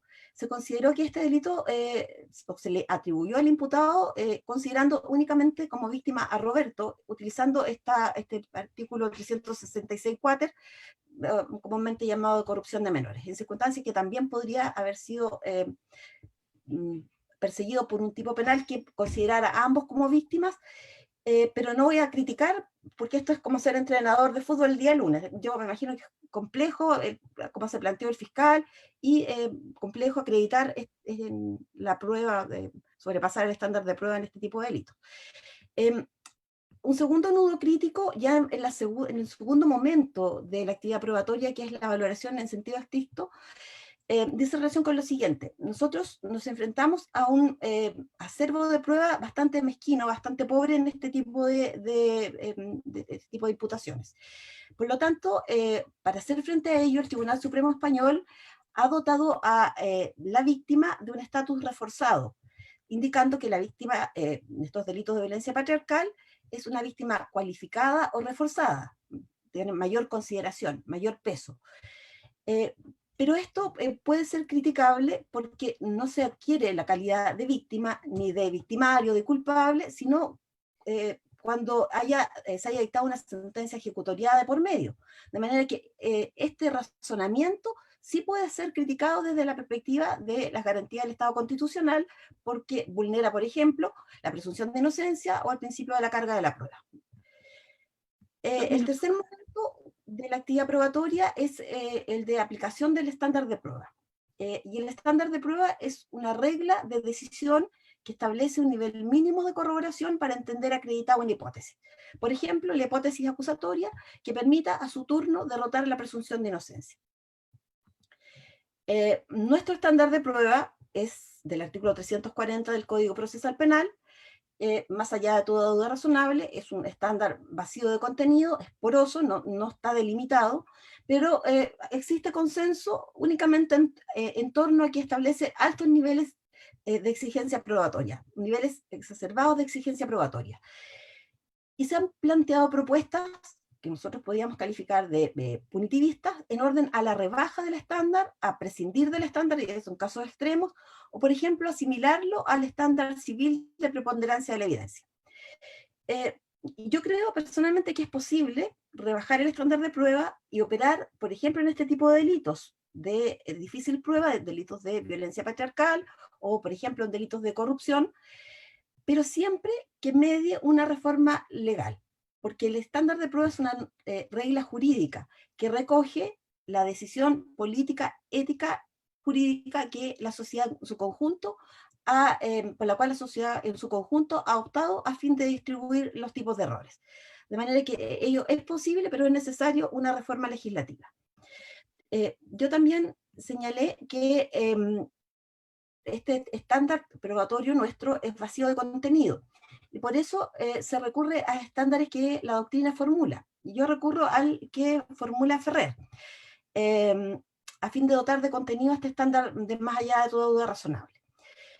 Ferrer dice que para los efectos de entender acreditada la hipótesis de la acusación, es necesario, y por lo tanto derrotar la presunción de inocencia, que la hipótesis sea capaz de explicar todos los datos disponibles. En el caso que nos ocupa, el informe de lesiones de la víctima. Las lesiones que la víctima tenía en el cuello fueron constatadas en el colegio de la niña. Se diagnosticaron, se hizo un informe médico legal, y después cuando se devela la violación, meses después se hace la conexión, porque cuando el acusado la viola, la toma del cuello. Entonces, esto acá es relevante. La declaración de los testigos que la auxiliaron en el colegio, este contexto de violencia sexual o de todo tipo intergeneracional, que acá resultó fácil de acreditar porque los dos menores eran hijos de la conviviente y era el imputado era el padre. Ellos se acreditó con los certificados de nacimiento respectivos. La violencia... Tiempo, si quieres ir cerrando, Marcela, para poder dar turno a un poco la conversación para la audiencia. Claro, y todos estos datos deben ser explicados, todos estos datos deben explicar la hipótesis acusatoria y además el contexto, porque no da lo mismo decir que el delito se produjo en unas circunstancias de relaciones asimétricas de poder que decir que se produjo en estas particulares relaciones de poder, dotándolas de contenido y eventualmente acreditándolas. Me voy a saltar el segundo test, solo quiero como reflexión final decir que existiría un dilema entre el enfoque de género y entendido como expresión de un cierto punitivismo y la garantía del Estado constitucional si se considera que la perspectiva de género es un modelo militante o de combate contra el derecho penal liberal y del derecho procesal ante una situación de alarma social, y que el enfoque de género siempre y en todo caso vulnera garantías constitucionales. Hay una tercera opción, obtener ciertos rendimientos de la perspectiva de género en el análisis e interpretación de la ley penal y procesal penal. Esto supone no perder de vista la finalidad de límites del derecho penal y procesal penal, pero también someter a juicio crítico posicionamientos rígidos que pueden enmascarar aplicaciones discriminatorias del derecho penal y procesal penal falsamente garantistas. Eso es. Muchas gracias. Muchísimas gracias, Marcela. Entonces, vamos a dar paso al turno de preguntas que han sido formuladas desde nuestra audiencia que nos acompaña por Facebook. En primer lugar, para José Ángel, tenemos una pregunta de Camila que formula qué opina acerca de las teorías jurídico-políticas anticarcelarias en relación al punitivismo y feminismo. Esta misma pregunta también se dirige para Marcela, así que luego también se la dejamos ya presentada. En segundo lugar, Iñaki Munita dice, entendiendo que existen los programas para los varones en los centros de intervención para hombres por una vida sin violencia, ¿existe algo similar respecto de varones condenados por delitos contra las mujeres en Chile? Y hay una tercera pregunta de Cristian Martínez Pardo, también en Facebook, que dice, el intento de la Corte Suprema de transparentar los procesos judiciales mediante la transmisión en vivo de audiencias en casos mediáticos ha servido de base para el populismo penal, como por ejemplo el denominado caso Ámbar. Bien, comenzando con la primera pregunta, normalmente estas teorías políticas en la criminología se llama el abolicionismo penal, bien, y yo luego tengo que decir que el abolicionismo es un horizonte en el que tenemos que mirar todos, pero que es inalcanzable, bien. Nuestra condición humana nos lleva a separar de un punto de vista antropológico, ¿no?, aquellas personas de la tribu, bien, que no se comportan de acuerdo a esos roles sociales, y han existido siempre, bien. O bien la cárcel, o como suele suceder en una concepción un poco más germánica, bien, expulsar a la familia y al transgresor de ese lugar. Por lo tanto, ha estado ahí, y yo creo que es muy difícil la condición humana y tribal que tenemos, bien, de supervivencia, de que no podamos prescindir de ese derecho penal. Pero el abolicionismo debe ser nuestro objetivo inalcanzable, nuestra utopía, y debemos tender siempre a ello. Y por lo tanto, en los casos de violencia de género, violencia sexual contra las mujeres, debemos entender una intervención mínima, pero debemos aceptar de que en algunos casos va a haber algún tipo de intervención bien, penal. Y en esa es. Respecto a la primera pregunta, no sé si Yanira quiere decir algo. Ya, sobre la segunda, sí. Bueno, respecto a los programas de condenados, primero hay que ver con la situación carcelaria en Chile. ¿Bien? En muchas cárceles el hacinamiento, sobre todo algunas cárceles en Santiago, el hacinamiento que existe en la cárcel hace imposible cualquier programa de reinserción, ¿bien? De sujetos que hayan cometido algún delito violento. ¿Bien? Pero en la página web del gobierno sí existe. ¿Bien? Entonces tenemos dos. Uno que es para las personas que están cumpliendo penas de prisión efectiva. ¿Bien? Entonces hay controles fundamentalmente de corte psicológico para controlar la violencia, programas, ¿bien? También de habilidades sociales. Y por último también hay programas para personas que se le aplica la ley 18.216, que son las penas alternativas, es decir, penas de prisión que no se las aplica efectivamente, es una pena alternativa como una libertad vigilada. Y ahí sí que hay algunos programas específicos de violencia de género. Entonces, ahí pueden consultar en la página web los diferentes modelos, que son modelos de corte psicológico, que es interesante cómo la academia ha visto la violencia de género desde un punto de vista sociológico, ¿no? En términos muy amplios, antropológicos, y luego las medidas de reinserción son efectivamente adoptadas por el gobierno no de tipo estructural sociológico, sino más bien psicológico, ¿no? Y eso es interesante un poco esa situación. Y había una tercera pregunta que no sé cuál era. Sobre populismo.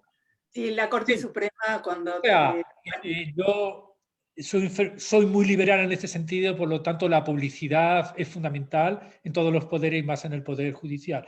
Entonces, no, es un costo que asumo sin problemas para que la ciudadanía pueda participar bien como público en las decisiones de los jueces. Pero esto tiene que ver con una cultura, ¿bien? Y una cultura crítica y no simplemente ver esto como los grandes procesos de la Inquisición. Entonces, antes se iba pues a la plaza con los niños a ver cómo se quemaba a alguien y era todo un espectáculo, y ahora pues mucha gente desde el teléfono, bien, entre estudiar y trabajar con el teléfono móvil y ve un poco, bien, a ver lo que dice el abogado, la abogada, etcétera. Entonces, quizás más bien es una cuestión de cultura, bien, la cultura que podemos tener como ciudadanos al ver estos problemas y verlo desde un punto de vista más bien crítico y no verlo como un espectáculo. Pero yo personalmente es un costo que asumo, ¿bien?, por la posibilidad de que podamos todos acceder a la justicia. Eso es lo que quería decir. Muchas gracias, José Ángel. A la pregunta para Marcela, que le había formulado también extensivamente, hay otra pregunta formulada por Lola, aquí que nos acompaña en Zoom, y dice: si estuviera la perspectiva de género, en los casos que mencionaste, ¿no habría necesidad de rebajar estándar de prueba?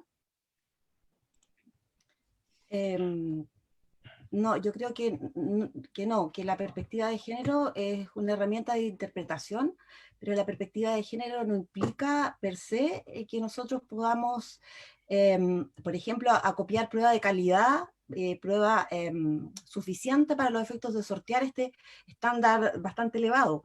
Una cosa es la perspectiva de género, que básicamente permite diferenciar el caso donde existen asimetrías de poder, detectar estereotipos de género, desactivarlos, pero ello no permite ponderar la prueba o valorar la prueba de algún modo diferenciado. Sí, ya en etapa de decisión, si nosotros optamos por un estándar diferenciado, nos permitiría, por ejemplo, en este tipo de delitos, rebajar el estándar, a mi juicio, no rebajarlo tanto al estándar civil de preponderancia de la evidencia, porque ahí estamos haciendo una rebaja excesiva y tenemos el riesgo, o corremos el riesgo de condenar inocentes en una gran medida, que es lo que obviamente no se quiere, teniendo en consideración que en este tipo de delitos como el que yo traje, las penas son bastante elevadas. Entonces, la perspectiva de género, a mi juicio, tiene ese objetivo: interpretar, corregir desigualdades, pero en el íter del procedimiento penal y ya en sede estándar, el estándar es una regla jurídica que nosotros podemos modificar modificando la ley mediante una reforma legal. Eso como respuesta. Y lo otro que quería decir, que si nosotros tenemos estándares demasiado altos, perdón, si nosotros rebajamos excesivamente el estándar y estamos conociendo de este tipo de delitos, se produce un fenómeno psicológico que no está escriturado en los jueces. Los jueces, aun cuando el estándar sea bajo, psicológicamente van a exigir un umbral de acreditación a lo mejor más alto que el estándar, porque las condenas que están de por medio son bastante brutales. Entonces también hay que esto manejarlo con cuidado, hay ciertos equilibrios que tienen que preservarse. Esa es la pregunta que escuché, y la otra sobre el programa de Hombres por una Vida Sin Violencia. La otra se me cortó la conexión y no alcancé a escuchar. Respecto del programa de Hombres por una Vida Sin Violencia, este programa se decreta normalmente en aquellos delitos regulados por la ley 20.066, es decir, de baja entidad o como condición de suspensiones condicionales. A mi gusto es un buen programa, es bastante integral porque normalmente también incluye a la víctima. Entiendo que es un programa que no tiene muchos recursos y que no se aplica o no tiene cabida en delitos como el que yo traje hoy día, o delitos de femicidio. Eventualmente, como dijo José Ángel, cuando se otorga alguna pena sustitutiva de la ley 18.216, los programas incluyen el manejo de la violencia, las relaciones interpersonales, pero tampoco, como existen tribunales de ejecución, no podemos sopesar el éxito de esta intervención. Los jueces de garantía se limitan a decretarlos y hasta ahí llega. Después, claro, hay normalmente control de la ejecución de las penas sustitutivas, pero fundamentalmente un control por reincidencia, nuevos delitos, o por ejemplo que no se cumplió con la pena que implicaba alejamiento de la víctima. Pero hilar así de fino de si efectivamente estos programas son exitosos, están bien implementados, tienen recursos, no, porque no existen tribunales de ejecución. Y Marcela, aprovecho a formularte una pregunta más que llegó de parte de Nelson Valdés, aquí que nos acompaña en Zoom. Dice, si en caso de que una mujer mate o maltrate a un hombre en contexto de violencia intrafamiliar, ¿se deben también rebajar los estándares de prueba para acreditar el hecho y la participación, o solo opera cuando la víctima es mujer? A ver, el fenómeno de la violencia intrafamiliar que está recogido en la ley 20.066, a mi juicio está deficientemente tratado, porque en esta misma ley se trata los casos de violencia de género, violencia contra la mujer, de la misma manera, por ejemplo, de la violencia ejercida por un hermano contra su hermano, por el suegro contra su yerno. Entonces, lo que nosotros necesitaríamos sería una ley de violencia integral como existe en España, como existen en otros países. Y en el caso en que el hombre sea víctima, y esto va a ser una opinión militante, yo creo que no, porque los problemas, sin perjuicio que se puedan producir estos problemas que se producen en espacios de intimidad, que sea también sentimientos de ambivalencia, el tema de la violencia contra las mujeres es un fenómeno estructural, es un fenómeno de derechos humanos, es un fenómeno de garantías conculcadas. Y no podemos asimilar estas situaciones. El caso de la violencia de una mujer contra un hombre es un fenómeno puntual, y que a mi juicio no es merecedor de una rebaja de estándar. Pero insisto, esto puede ser una opinión militante. Muchas gracias, Marcela. Bueno, muchas gracias a todas y todos por las intervenciones y las presentaciones y los temas que han puesto para pensar. Y les entonces ofrezco un minuto para comentar algo más que les haya quedado, o bien replicar algún punto que ha sido presentado, o simplemente despedirse de toda la audiencia. Entonces, por el mismo orden, un minuto para Gabriela aproximadamente, tampoco tengo que ser tan estricta. Bueno, de nuevo aprovechar de agradecer la organización, todos los que participaron, los que están en el chat, y al profesor Fernández, obviamente, por invitarme a participar en este interesante seminario. Y quizás me gustaría retomar una pregunta que quedó como flotando, pero muy, muy brevemente, simplemente, respecto de si valdría la pena regular o consagrar la violencia de género en la Constitución como una medida útil. Y a mí me parece que realmente puede ser útil, especialmente como el valor simbólico que implica tenerlo en la Constitución, quizás incluso más que muchas veces algunas penas, pero que de nuevo, por las mismas características de la Constitución y cómo está regulado, va a depender, también está el gran peligro de que la interpretación que se haga de ese reconocimiento pueda llevar por caminos incluso contraproducentes, pero creo que tiene un valor y creo que implicaría una regla que básicamente tendría que seguir todo el Estado y así formar como una visión incluso más integral del tratamiento de ese tipo de violencia. Eso no. Muchas gracias, Gabriel. Chanira. Sí, aprovecho también de despedir y agradecer la atención de la audiencia. Yo estoy muy en sintonía con lo que se ha dicho en términos generales, ¿no?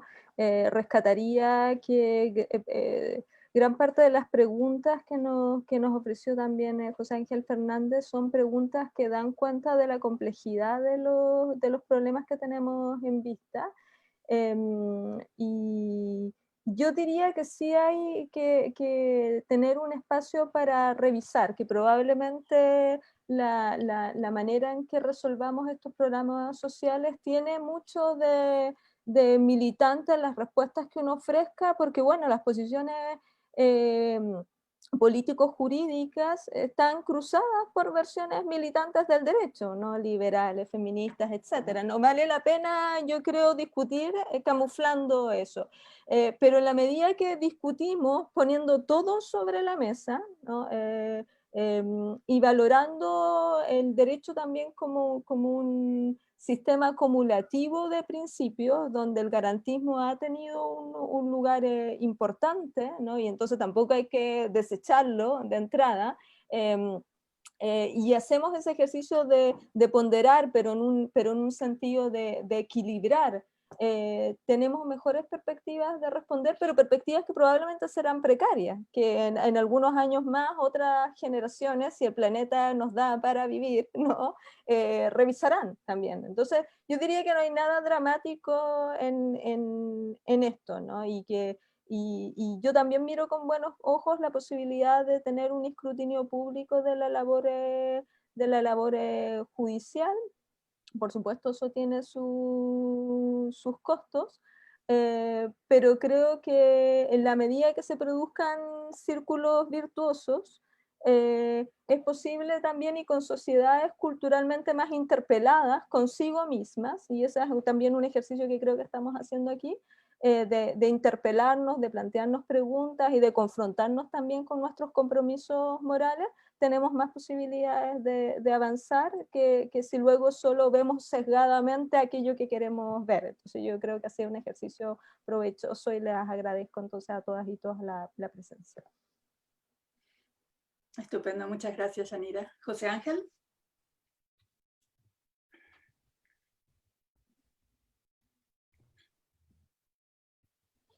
Ahora, sí.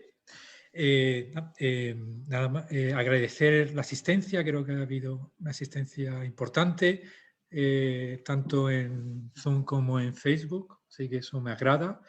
Y dos cuestiones, yo voy a contestar dos cosas fundamentales. La primera, que yo estoy a favor de un estándar diferenciado en materia penal, en materia de violencia de género, pero lo importante es que el feminismo, como en mi caso, que he trabajado mucho sobre delincuencia socioeconómica, en el que también propongo un estándar de prueba diferenciado y una tipificación de algunos delitos, ser consciente de que como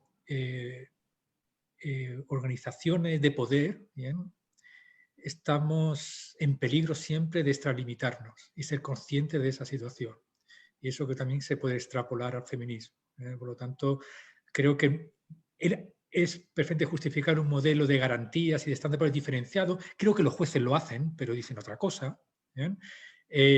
Y además se ha hecho siempre así en la historia. Nunca ha habido un modelo garantista, eso es un idealismo, porque siempre ha existido. Desde la reforma del Código, desde el Código Penal chileno en 1874 ha habido un modelo para la seguridad del Estado, para los delitos contra la propiedad, para el contraterrorismo. Por lo tanto, aludir a ese garantismo ideal es un idealismo que está muy bien y siempre han existido modelos diferenciados, lo que hay que justificarlos, ¿bien?, en ese sentido. Y vuelvo a repetir, ser consciente de que como toda organización de poder, como es el feminismo que aspira al poder, tiene que ser autoconsciente de que puede extralimitarse. Y eso yo creo que es mi conclusión de este seminario. Gracias, José Ángel. Marcela. Y bueno, quisiera dar las gracias por la invitación a hablar de estos temas que son extremadamente importantes e interesantes. Y en lo que a mí respecta, desde la vereda del derecho procesal penal, a mí me parece que en esta eventual pugna entre punitivismo y garantismo, no es tal. La ganancia de uno no es pérdida de otro, no es un juego de suma cero. Se puede compatibilizar. Lo que es urgente y es imprescindible es la mirada de género, esta herramienta, y tomarnos en serio en el juzgamiento lo que es la perspectiva de género. Ello de verdad tiene como norte la consecución de la igualdad, la no discriminación, que en definitiva es la base de la violencia. Este caso que yo traje es tremendo, dramático, pero es lo que nosotros vemos todos los días. Entonces, cuando uno mire el panorama jurídico y diga estos casos no se producen, y nos cause indignación, nos cause sentimientos que se condicen con la excepcionalidad, vamos a tener resultados. Pero por lo pronto yo creo que estos temas hay que visibilizarlos, hay que dar cuenta de que no son normales, y ojalá esto irradie no solo a estos espacios académicos, a estas grandes ciudades, capitales regionales, sino que lugares como las islas de Chiloé, donde se producen estos casos y donde se estima que es la normalidad de niños y niñas que les toca vivir todos los días. Entonces, creo que se ha avanzado mucho, pero queda todavía mucho por hacer. Y este espacio es de difusión, es el comienzo como para poder desde la academia irradiar hasta aquellos donde las personas lo necesitan con urgencia. Eso es. Muchas gracias por la invitación. Muchas gracias. Bueno, hago extensiva el agradecimiento a Gabriel, a Yanira, a José Ángel y a Marcela por esta actividad tan provechosa, y también a la audiencia que nos ha acompañado en Zoom y Facebook. Creo que se han presentado temas sumamente importantes y desde distintas perspectivas como para pensarlas y seguir discutiendo en sucesivas ocasiones. Entonces me despido también y le dejo la palabra a Alejandra Rodríguez para un cierre final de esta actividad. Muchísimas gracias. Gracias, profesora. En su rol de moderadora, la profesora Leticia Morales. Bien, la Oficina de Vinculación con el Medio de la Facultad de Ciencias Jurídicas y Sociales de la Universidad Austral de Chile agradece al público su participación en este seminario y a los expositores, por supuesto, también, pero muy especialmente al doctor José Ángel Fernández, quien propuso y llevó adelante esta jornada tocando los temas feminismo y punitivismo. Aprovechamos la ocasión para dejarles invitados para el día de mañana a la 4ª sesión del ciclo de foros para una nueva constitución. Mañana 30 de septiembre, día miércoles a las 18 horas, expondrá el doctor Andrés Bordalí Salamanca sobre el tema los derechos fundamentales relacionados con la actividad jurisdiccional del Estado, tutela judicial efectiva y debido proceso. Les esperamos entonces, ya saben, en la plataforma Zoom y en la cuenta de Facebook Live, cuentas corporativas también de nuestra facultad. La dirección es Derecho, Universidad Austral de Chile, Valdivia. Muy buena tarde a todas y todos. Nos vemos mañana.